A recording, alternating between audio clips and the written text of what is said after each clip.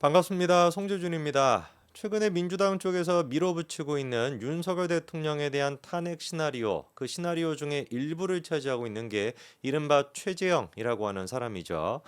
감히 제가 최재형이라고 하는 사람한테 목사라고 하는 타이틀을 붙이기는 어려워 보입니다. 저도 교회를 다니는 사람으로서, 그리고 또 영상을 보시는 분들 중에 교회 다니시는 분들이 얼마나 많겠어요. 근데 아무리 대한민국 교회가 뭐 타락했다, 목사가 뭐 타락했다라고 한들 최재형 같은 사람을 우리가 목사라고 인정할 수는 없죠.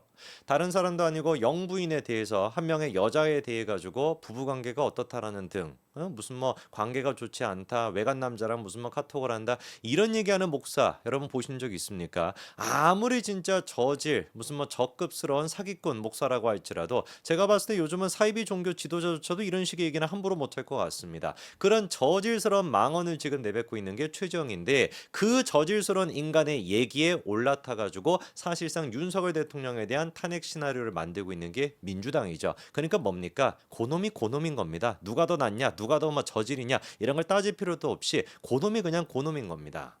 최재형이가 이번에 검찰 측에 자기 어떤 뭐라고 할까요? 억울함을 항변하기 위해 가지고 김건희 여사랑 나누었던 카톡 전문을 다 공개했다라고 합니다.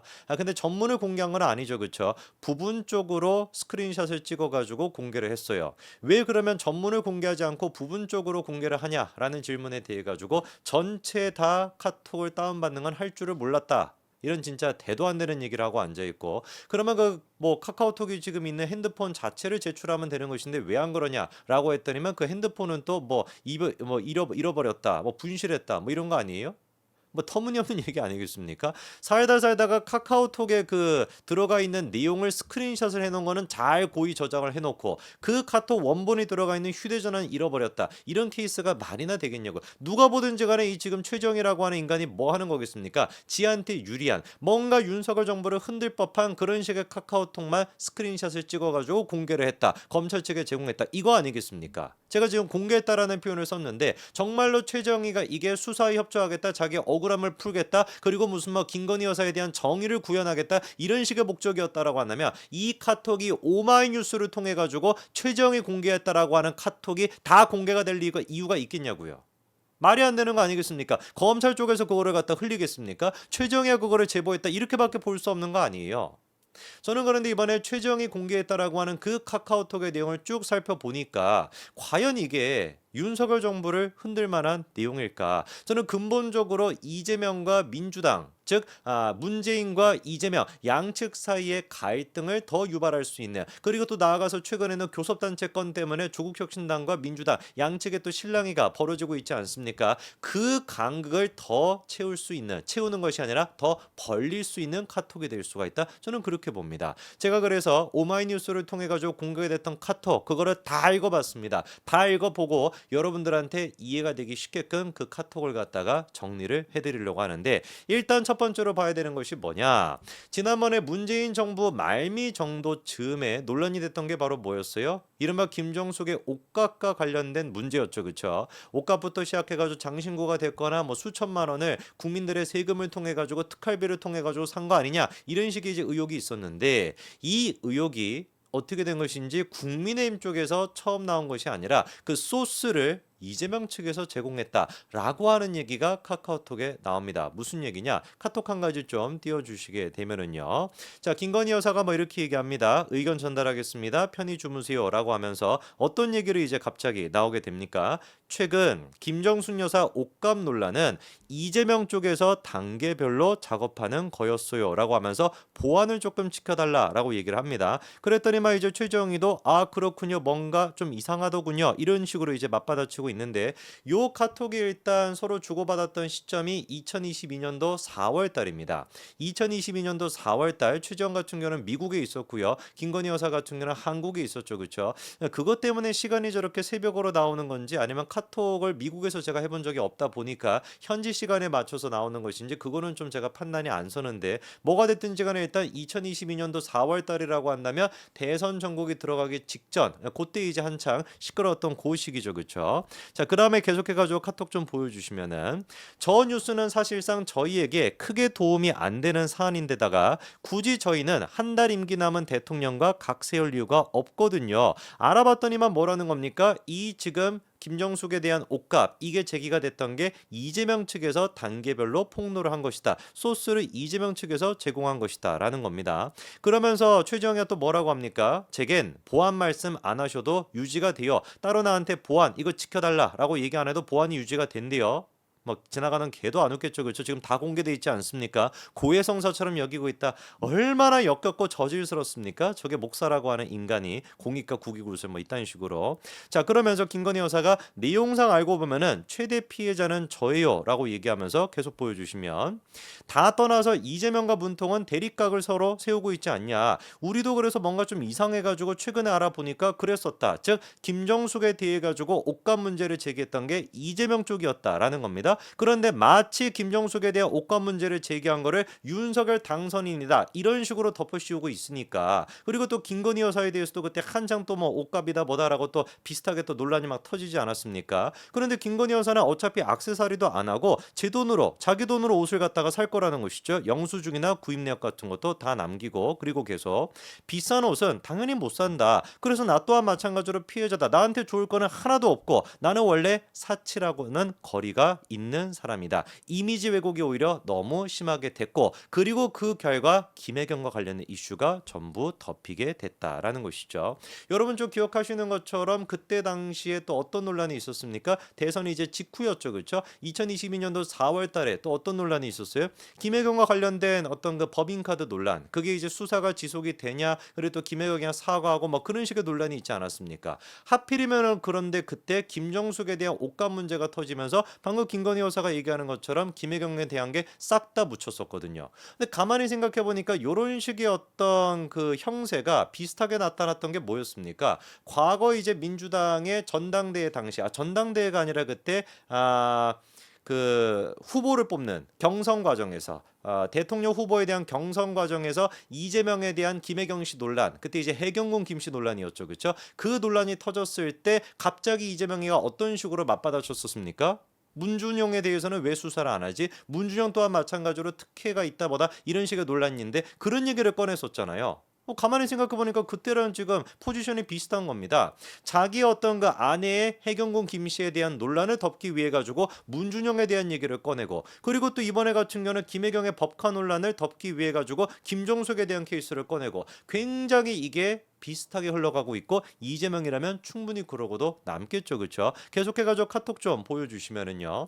김건희 여사가 그래서 이재명 쪽이 치사하다라고 생각했다라는 거예요. 왜? 애당초 그런 식의 주제 자체가 그런 식의 어떤 정보 자체가 국민의힘 쪽에서는 없고 자기 와이프에 대한 논란을 덮기 위해 가지고 그 김정숙에 대한 옷값 논란을 터뜨리는 게 굉장히 좀 치사하다라는 것이죠. 그 다음에 계속 보여주시면은 단계별로 그거를 들춰내는데 그 화살을 괜히 누구한테 쏘았다? 나한테 그거를 덮어 씌웠다. 정작 그러니까 김정숙에 대한 옷값 논란을 터뜨려 가지고 김혜경에 대한 법인카드 논란 그거는 덮고 그리고 그거를 터트린 주체에 대한 거는 김혜경이 아니라 누구한테 덮어 씌웠던 거예요? 김건희 여사한테 덮어 씌웠다라는 거. 그러니까 이 카톡을 우리가 쭉 정리해 봤었을 때 분명히 뭐가 알 수 있는 거겠어요. 이재명이라면 충분히 그러고도 남겠다라는 생각이 들지 않습니까? 이 부분에 대해 가지고 그래서 이재명 측에서도 해명이라고 할까? 해명을 하긴 했습니다. 재미있는 주장이라면서 웃었다고 해요. 그러면서 하는 얘기가 애초 이 이슈를 터뜨렸던 게 국민의힘 쪽이다. 우리가 단계적으로 준비를 했으면 우리가 해야지 왜 저쪽이 터뜨리냐.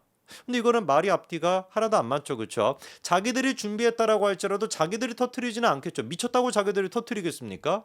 그때는 언제였는데 문재인 정부였는데 문재인 정부 임기가 끝나기는 조금 이제 얼마 안 남은 상황이라고 할지라도 문재인 정부였었는데 이재명이가 대선에서 진 직후에 문재인 정부 임기가 남아있던 그 시점에 어떻게 된 것인지 이재명이가 준비했다 해서 이재명이 그걸 터뜨리겠습니까? 이재명이가 준비하고 터뜨리는 거는 국민의힘 쪽에서 터뜨리게끔 소스 같은 거를 주겠죠. 그게 당연히 인지상정인 거 아니겠습니까? 미쳤다고 이재명이가 자기가 준비하고 자기가 터뜨리겠냐고. 이거를 지금 해명이랍시고 하고 있는 걸 들어보니까 오히려 김건희 여사가 했던 그 이야기 우리가 조금 찾아보니까 실제로 김정숙의 옷값 문제는 우리가 아니라 이재명 쪽에서 터뜨렸던 것이다. 이 터뜨렸다라는 얘기가 정말 글자 그대로 입 밖으로 냈다라는 것이 아니라 소스를 주거나 그런 거 아니겠습니까? 이낙연의 대장동 소스 그런 것처럼.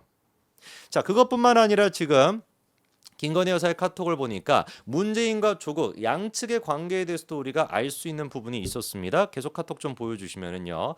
문재인과 조국이 아니라 문재인과 윤석열 두 사람은 공동 운명체였다라는 겁니다. 문통이 조국을 싫어한 게 진짜로 맞나요? 라는 최정의 질문에 대해 가지고 시간이 지나고 책을 꼭 쓸 거다라고 김건희 여사가 얘기를 하죠. 그랬더니 최재형이가 민주당 내 수박파들이 조국을 쳐내기 위해서 윤석열 검찰총장을 그 자리에 앉힌 건데 일이 커진 거 아니냐. 즉 윤석열 검찰총장이 됐던 것은 수박파 그러니까 이재명 쪽에서 오히려 앉힌 거 아니냐라고 지금 최정희가 질문합니다. 그랬더니 김건희 여사가 뭐라고 하냐. 계속 카톡 보여주시면은 언젠가는 얼마나 우리가 믿고 싶었던 사실들이 왜곡이 되었는지 그거에 대해 가지고 말씀드릴 기회가 있을 것이다. 이재명 측에서 윤석열을 앉힌 거다. 그거는 절대로 아니다라는 것이죠. 그렇죠? 윤석열 검찰총장 윤석열 후보 같은 경우는 자기를 임명해준 임명권자를 계속 카톡 보여주시면 됩니다. 다음 거. 윤석열 후보는 자기를 임명해준 임명권자를 목숨 걸고 지킨 죗값을 치르는 것이다. 다음 것도 보여주시면 윤석열 검찰총장은 강직하고 의리가 있는 사람이고 주변에 있는 사람들은 정치인이었다. 약간 조금 뉘앙스가 묘하죠. 그렇죠? 그러니까 윤석열 대통령 같은 경우는 충직하게 문재인한테 충성을 다했다라고 한다면 문재인 주변에 있던 사람들은 그렇지 않았다라는 겁니다. 그 다음에 계속 밑에 보니까 뭐라고 나와 있습니까? 조국의 적은 민주당이다. 이렇게 또 얘기를 하고요. 다음 카톡도 보여주시면은 조국의 적은 민주당이다. 이 녹취록에 들어가 있는 얘기는 정말로 사실이었다. 조국이라고 하는 존재 자체가 문재인 전 대통령한테는 너무나 심한 부담이었다라는 것이죠. 그렇죠? 그 다음 계속 다음 것도 보여주시면은 그거보다는 대통령 위에 더 큰 권력이 있다는 게 문제였다. 상황, 그거를 바치고 있는 세력들, 이게 문제였는데 보완을 부탁드린다라고 얘기하고 있는데 질문이 좀 드는 거겠죠. 그렇죠? 문재인은 이 지금 이야기에 따르면 바지 사장에 불과했다라는 겁니다. 그럼 문재인 위에 있는 상황, 문재인 위에 있는 상황을 바치고 있는 세력들이 누구를 얘기하는 것이냐? 제가 다른 카톡을 보니까 이 얘기가 나오더라고요. 다음 거 보여주시면은 그 상황이 바로 누구를 얘기한다라는 거예요? 이해찬 세력을 얘기한다라는 것이죠. 바꿔 얘기해서 문재인은 바지 사장에 불과했던 것이고 문재인의 상황은 누구였던 것이다? 이해찬이었던 것이다. 실질적으로 문재인 정부를 이끌고 있었던 것은 문재인의 사람들이 아니라 이해찬 세력이었다라는 것이고 이러니까 퍼즐 조각이 맞춰지게 되는 것이죠. 그 이해찬 세력이 문재인을 버리고 다음으로 누구를 선택했던 거예요? 이재명을 선택했던 거 아닙니까? 그러니까 이해찬이가 그렇게 이재명을 띄워줬던 것이죠. 다음 것도 보여주시면은요. 자기 이제 남편이 윤석열 대통령이 검찰총장 출신의 검사 출신이다 보니까 정보가 상당히 많은 편이다. 상상을 초월하는 정보, 현 정치권에 대한 비밀도 상상을 초월하는 내용들이 많이 들어가 있다라는 것이고 이거를 나중에 책으로 좀 쓰고 싶다라는 것이죠.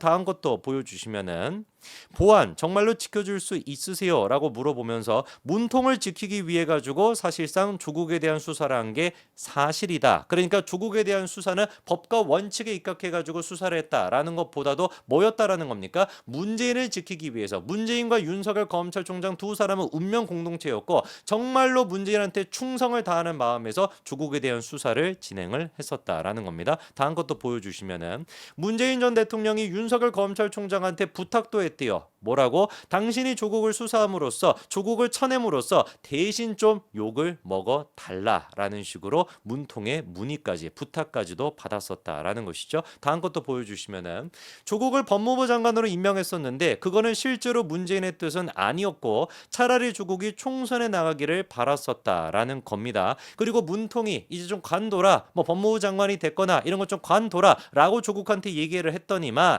정경심이만 난리를 쳤었다라는 겁니다. 울면서 막 꼭 하겠다고 막 조국을 반드시 법무부 장관 시키겠다라고 막 난리 부르스를 막 쳤다라는 것이죠. 그리고 다음 것도 보여주시면은 설마 설마 했다라는 거죠. 문재인도 설마 표창장을 위조를 했을까. 그런데 억지로 임명을 하고 보니까 지지율이 28%까지 떨어지게 됐고 그게 문통 집권 2년 8개월 동안에 가장 최저치를 찍었다라는 거 아닙니까? 그러다 보니까 다음 거 보여주시면은 부랴부랴 지지율이 그렇게 떨어지니까 어떻게 이제 윤석열 검찰총장한테 얘기를 했다라는 거예요.